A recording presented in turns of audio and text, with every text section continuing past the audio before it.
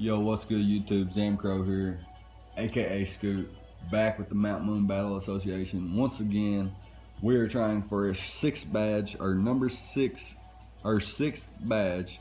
Am I saying that right? I'm English, I swear I am. I'm American, I swear I am. I can talk English. Nah, we're trying for our sixth badge here against Kevin, the flying top gym leader of Mount Moon, and his rules were 6v6 singles, but you could only bring four of your six Pokemon to the battle.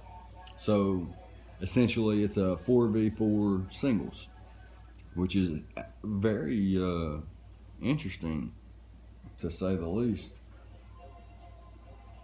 For this battle, I brought Mega Alakazam, Landorus Therian, Rotom Wash, Garchomp, Weavile, and Heatran.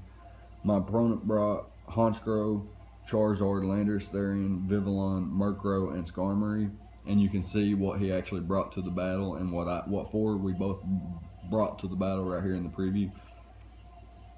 And I lead Rotom because he's got a flying team. Like, why would I not lead Rotom?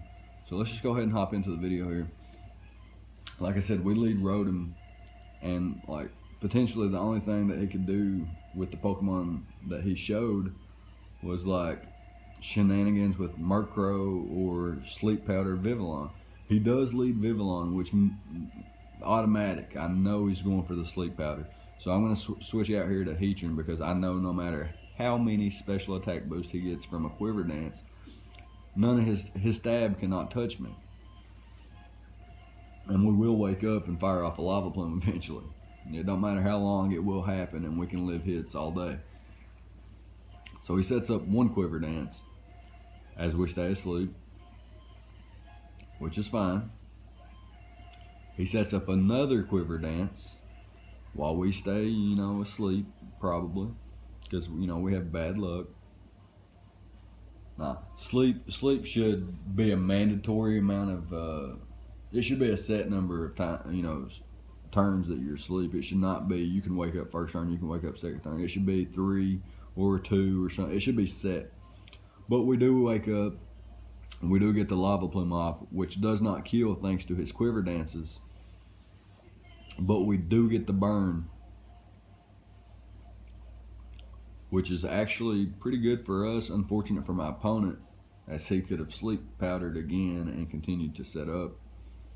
But now he cannot continue to set up due to being burnt and having such low HP already. So Heatran's essentially taking no damage, and the Vivillon is almost gone. Like I was saying, this is Spadef Heatran. It can eat special attacks all day as long as they're not super effective. And on this, at the end of this turn, he should die or he should faint from the burn, as he does, which is good for us. It puts us at a 4-3 advantage without taking much damage at all. And here he goes into Landorus Therian, and predicting Earthquake, I'm going to switch out into Rotom, Scrotum Wash or Rotom, as he goes for Knockoff, which was a middle ground play, I'd say. And knowing he's going to switch out right here, I'm going to make a prediction and go for the Volt Switch, since his team was, all flying.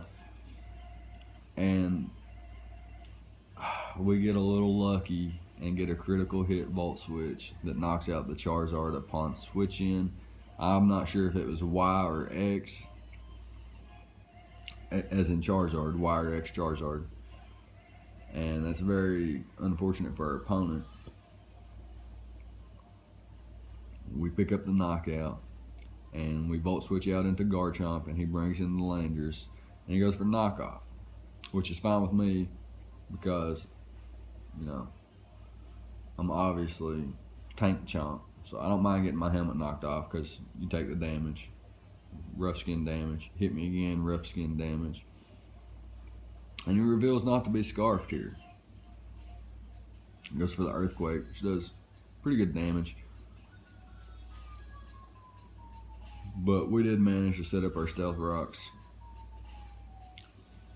and we managed to dragon tail out to the haunch crow. As he goes for a sucker punch, takes the rough skin damage, knocks out the Garchomp. And here's where things got interesting. He got a Moxie boost.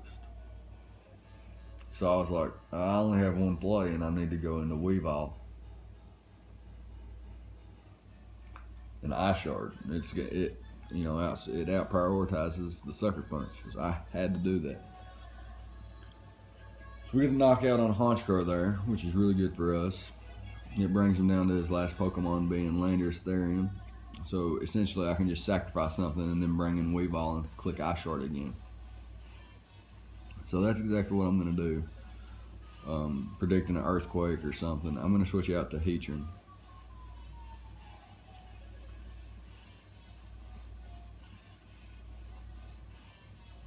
And my opponent goes for U-turn. I'm assuming what he wanted was super effective damage on Weavile. And now my opponent predicts me to switch out, and he goes for knockoff. But at this point, I have no reason to keep Heatran. I'm literally trying to say, like, please knock me out. And he goes for knockoff again. And I wake up and land the Lava Plume. And from this range, it knocks out the Landorus Therian. And we do win game 1 against Kevin, the flying type gym leader of Mount Moon. But it is best of 2, and we will be having that battle.